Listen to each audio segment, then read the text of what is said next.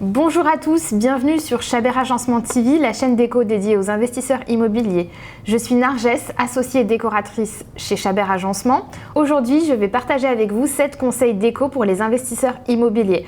Avant tout, n'hésitez pas à vous abonner si ce n'est pas déjà fait. N'hésitez pas à activer la petite cloche des notifications pour être au courant des prochaines vidéos. Donc aujourd'hui, on va évoquer les 7 principaux conseils pour les investisseurs immobiliers en termes de décoration. Car décorer un appartement pour soi, c'est pas la même chose que décorer un appartement lorsqu'on est investisseur immobilier dans un but locatif. Premier conseil, il faut adapter la décoration au type d'exploitation désirée. Donc il faut vraiment réfléchir à l'exploitation que vous souhaitez, que ce soit de la courte durée, de la moyenne durée ou de la longue durée. On ne va pas par exemple meubler de la même manière un appartement pour de la courte durée et un appartement pour de la longue durée pour une colocation.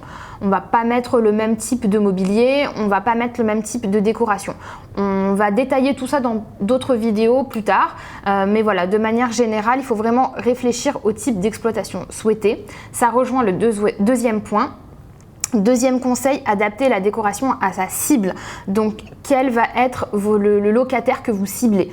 Un jeune actif, un touriste, une famille, un étudiant. Donc voilà, ça rejoint vraiment le premier point, mais il faut réfléchir à ça.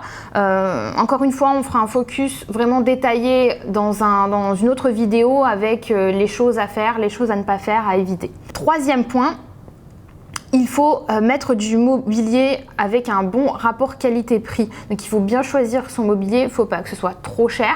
On reste un investisseur immobilier, donc il ne faut pas non plus impacter trop sa rentabilité locative, mais il ne faut pas que ce soit trop cheap. On le dit toujours, du mobilier, et c'est pareil dans les travaux, ce qui va coûter peu cher au départ peut finir par coûter très cher. Donc si vous devez à chaque fois remplacer le mobilier, surtout pour de la courte durée où les locataires vont parfois être un peu moins soigneux parce qu'ils ne se voient pas chez eux, ils ne sont pas là vraiment à long terme, vous risquez de devoir remplacer les choses. Donc n'hésitez pas à mettre un petit peu de budget sans aller sur des choses trop extravagantes non plus. Et de même, on va reprendre le premier et le deuxième point par rapport à l'exploitation et à la cible. On va mettre un mobilier adapté à sa cible et au type d'exploitation. Donc par exemple, on ne va pas mettre le même type de mobilier pour une colocation étudiante et pour des touristes. Donc voilà, par exemple, pour une colocation étudiante, on va choisir un bureau, des chaises de bonne qualité qui vont pas faire mal au dos, peut-être un petit peu moins fantaisiste, moins original, mais voilà, on va privilégier le confort de l'étudiant qui va y passer toute l'année, voire plusieurs années. Donc voilà, encore une fois, il y aura un focus beaucoup plus détaillé dans d'autres vidéos.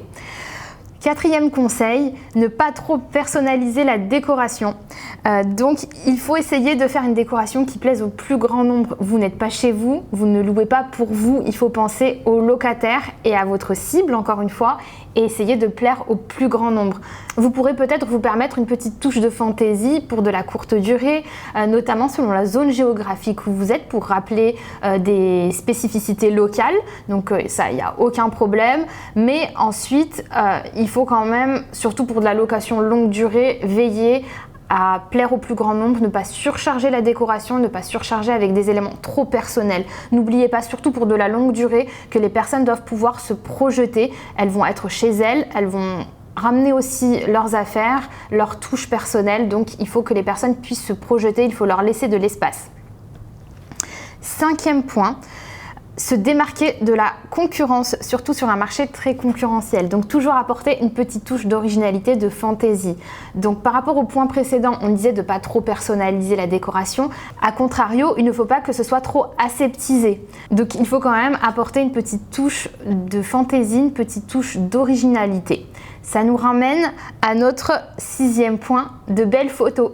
De belles photos et justement avec la petite touche de fantaisie, vous pourrez vous démarquer de la concurrence. N'hésitez pas à mettre le budget avec des photos professionnelles, ça fera vraiment toute la différence sur les annonces. Cela vous permettra ainsi de déclencher des coups de cœur déjà avant les visites et puis lors des visites, ce coup de cœur se confirmera. On en arrive Au 7e et dernier point, les visites. Organisez de bonnes visites. Il faut bien préparer vos visites, donc n'hésitez pas à mettre en avant les points forts de votre appartement. Commencez toujours la visite sur un point positif. La première impression est très importante. Donc par exemple, dans l'entrée, il faudrait qu'il y ait un petit élément tout de suite visuel. Alors soit ça peut être une ouverture directement sur un joli séjour. Si c'est pas le cas, si c'est dans un couloir par exemple, n'hésitez pas à mettre une jolie console, un joli miroir, quelque chose qui va attraper le regard dès l'entrée, dès le début de la visite. Terminez aussi la visite par un point positif. C'est le dernier souvenir qu'aura le locataire. Donc voilà, n'hésitez pas à organiser le tour de votre visite en fonction des avantages et des inconvénients de votre appartement. N'hésitez pas aussi d'organiser les visites à un moment de la journée qui va mettre en avant votre appartement, selon s'il est lumineux ou pas. Vous pourrez organiser la visite en journée ou en soirée. Ça peut être avantageux de l'organiser en soirée si par exemple votre appartement est peu lumineux et que vous ne voulez pas que ce soit mis en avant. Donc vous organiserez ça le soir en fermant les rideaux, en mettant des luminaires, des bougies. N'hésitez pas à créer un environnement cosy. On reviendra sur la visite qui est très importante dans une autre vidéo. On vous donnera pas mal de conseils pour organiser une bonne visite et une visite qui déclenchera le coup de cœur. Donc voilà, c'était tout pour les 7 principaux conseils déco dédiés aux investisseurs immobiliers. N'hésitez pas dans les commentaires à nous faire part de vos conseils s'il y a des éléments que j'ai oubliés. N'hésitez pas aussi à liker la vidéo si ce type de format vous a plu. À très bientôt sur la chaîne Chabert Agencement TV.